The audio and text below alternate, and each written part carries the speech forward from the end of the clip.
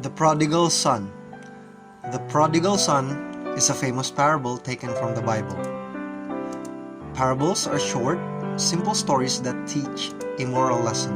The Bible has many parables which sum up the teachings of Jesus and the prophets in a way that everybody can understand. A rich farmer had two sons who worked with him on his farm. One day, the younger son said to his father, "When you die, half of everything you owe will be mine. Give it to me now so that I can go off and have a good time." The father loved his sons and did not like to see either of them unhappy.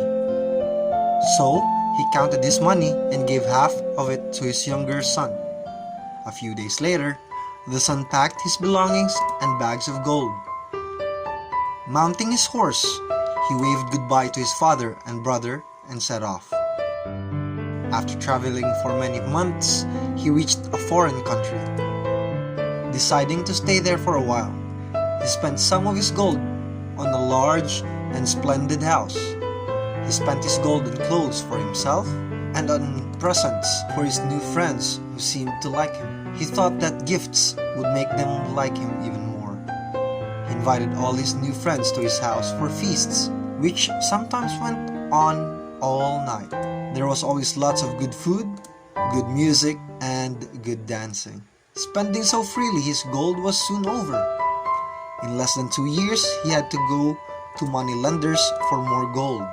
Soon, he had to sell his house to pay for his debts. He had no money and nowhere to live. He asked his friends for help, but they just laughed and called him a fool. Unhappy and alone, he tried to earn money to buy food, but there was a drought in the country as it had not rained for months. The crops were burnt by the sun and the people were starving. He searched everywhere for work. At last, a farmer gave him the job of looking after his herd of sheep. The only wage the farmer paid him was a small plate of food every day. Sometimes, he was so hungry that he ate the sheep's food to satisfy his hunger. One day, when he was lying on the hard ground, he thought of his home and his father who loved him. He remembered that his father's servants lived in comfortable houses and had plenty to eat. "How many of my father's servants have more than they need?" he said to himself, "while here I am dying of hunger. I wish to go back to my father and say, 'Father, I am no longer worthy to be your son. Let me come home and be treated as one of your servants.'" The young man stood up and set off for home. It was a very different journey from the one he had made 2 years ago. Although he was dirty, barefoot, and ragged, his father recognized him from a long way off.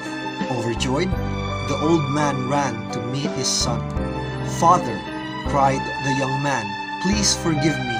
The old man threw his arms around his son and kissed him. Then he said to his servant, "Fetch my robe, my best robe for him. Bring shoes for his feet and a ring for his finger." To another servant he said, "We must hold a feast to celebrate this great day, for my son was dead and is alive again. He was lost and has been found. Invite all my friends and neighbors so that they may share my joy." That evening, the elder son, who had been working in the fields, came home. He asked a servant why music and song were heard from the house. When he heard that his father was celebrating his younger brother's return, he was very upset. He told the servant to ask his father to come out for him. His father came at once and greeted his son joyfully. "Your brother has come home," he said. "Come and join the feast." The elder son replied angrily, "Why should I, father? I have worked faithfully for you, but you have never given me even a young goat so that I could invite my friends for a meal. Yet the moment my brother comes home, after wasting your money and making a fool for himself, you invite everyone to a feast. No, I will not come in." The father felt deeply sorry. He understood why his elder son was so bitter and jealous. "My son," he said gently, "you are always with me, and I have always loved you. But please try to understand how I feel today. You are a good son, and I have no reason to fear losing you. And as I did in the case of my younger son, he was lost and has been found. I've got a son back, and you a brother. Forgive his foolishness and welcome him back." The elder brother understood the wisdom of his father's words, but both father and son embraced each other and went into the house to rejoice.